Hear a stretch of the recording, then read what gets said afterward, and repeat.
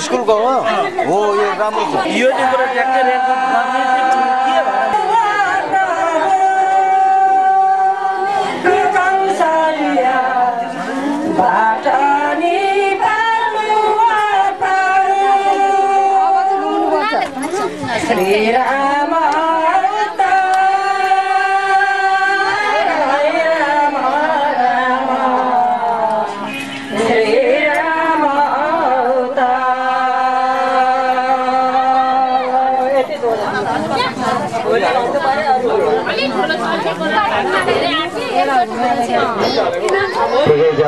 यहाँहरू आमाहरूलाई बनैमा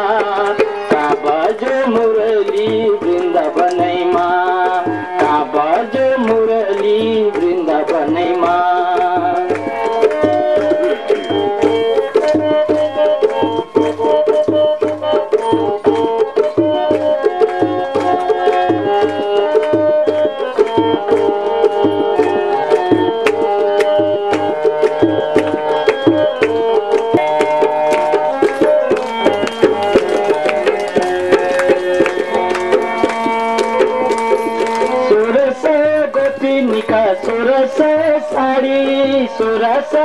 गोपिनिका 1600 साडी 1600 गोपिनिका 1600 साडी 1600 गोपिनिका 1600 साडी साना साना कृष्णजीलाई पुगी गयो भारी साना साना कृष्णजीलाई पुगी गयो भारी साना साना कृष्णजीलाई पुगी गयो भारी साना साना कृष्णजीलाई पुगी गयो भारी कृष्ण जी को सुंदर लीला झल्क्यो हाम्रो मनैमा वृन्दावनैमा काबजो मुरली वृन्दावनैमा कृष्ण जी को सुंदर लीला झल्क्यो हाम्रो मनैमा मधुबनैमा काबजो मुरली मधुबनैमा आज राधा गायन कृष्ण जी का साथमा सुनको मुकुट पीताम्बर बांसुरी छ हातमा कृष्ण जी को सुंदर वंशी दाजु मधुबनैमा वृन्दावनैमा काबजो मुरली मधुबनैमा काबजो मुरली वृन्दावनैमा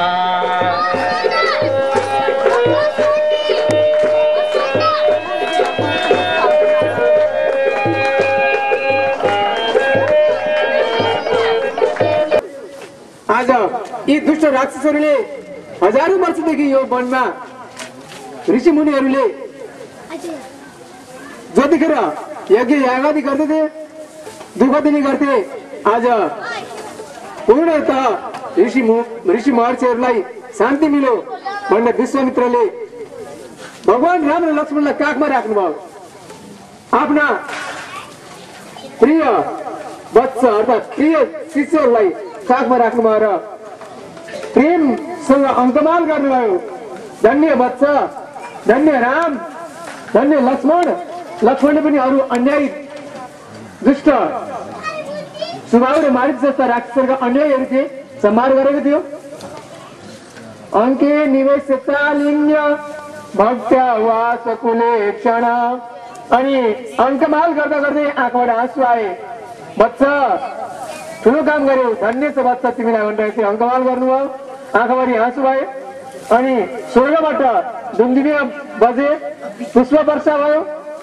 जय जयकारको घोषणा गरियो भगवान श्री राम की जय हो भगवान श्री राम की जय हो आदि जस्ता ध्वनिया सुन्न थालियो त्यसरी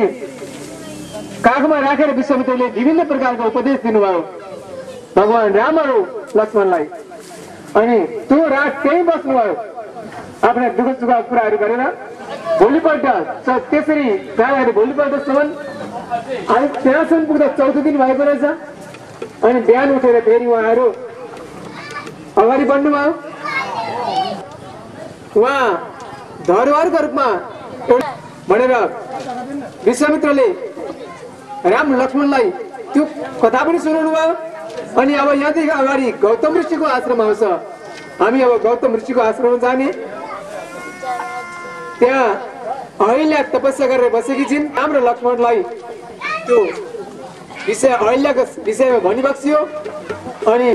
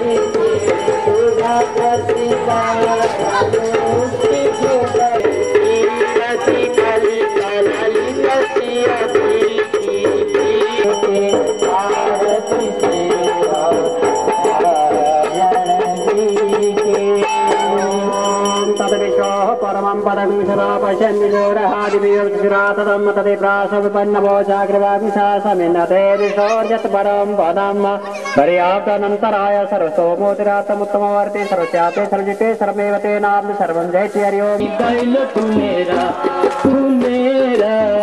आयो हामी दैल बिरा। कतिजना भक्त महानुभावहरू आज कथा हुँदैछ सत्सङ्ग हुँदैछ भनेर चाहिँ आफ्ना घरका दैला लगाएर छिमेकीहरूलाई अलि ढुलायो भने हेरिदिनु होला है। कोही पछि जान्छन् कि केटाकेटीहरू भनेर चाहिँ आउनु भएको होला। बकुलामा चौकी तिमी मथुरामा चौकी, बकुलामा चौकी तिमी मथुरामा चौकी, घर घर दौडी दौडी मखन खाँदै चौकी जरा आयो हामी दैलो थुनेर तिमीलाई सम्झेर आयो हामी दैलो थुनेर थुनेर आयो हामी दैलो थुनेर थुनेर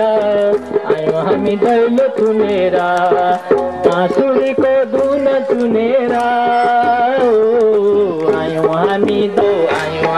दैलो थुनेर बाँसुरीको धुन घेर आयो हामी दैलो थुनेर थुनेर आयो हामी दैलो थुनेर दिल थुनेर आयौँ हामी दैव थुनेर। श्री कृष्ण चन्द्र भगवानको पति पावन भगवान नामको बोल्न लागे जय जय जयकार, बोल्न लागे जय जय जयकार, बाँसुरीको धुन सुनेर बोल्न लागे जय जय जयकार, बोल्न लागे जय जय जयकार, बाँसुरीको धुन सुनेर लाग्यो मलाई मोहनको प्यार, लाग्यो मलाई मोहनको प्यार, बाँसुरीको धुन सुनेर लाग्यो मलाई मोहनको प्यार, लाग्यो मलाई मोहनको प्यार, बाँसुरीको धुन सुनेर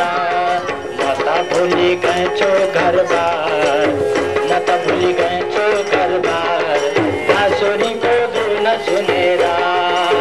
म त भुलि गएछु घरबार, म त भुलि गएछु घरबार, बाँसुरीको धुन सुनेर, बाँसुरीको धुन सुनेर, मुरलीको तान सुनेर, बाँसुरीको धुन सुनेर।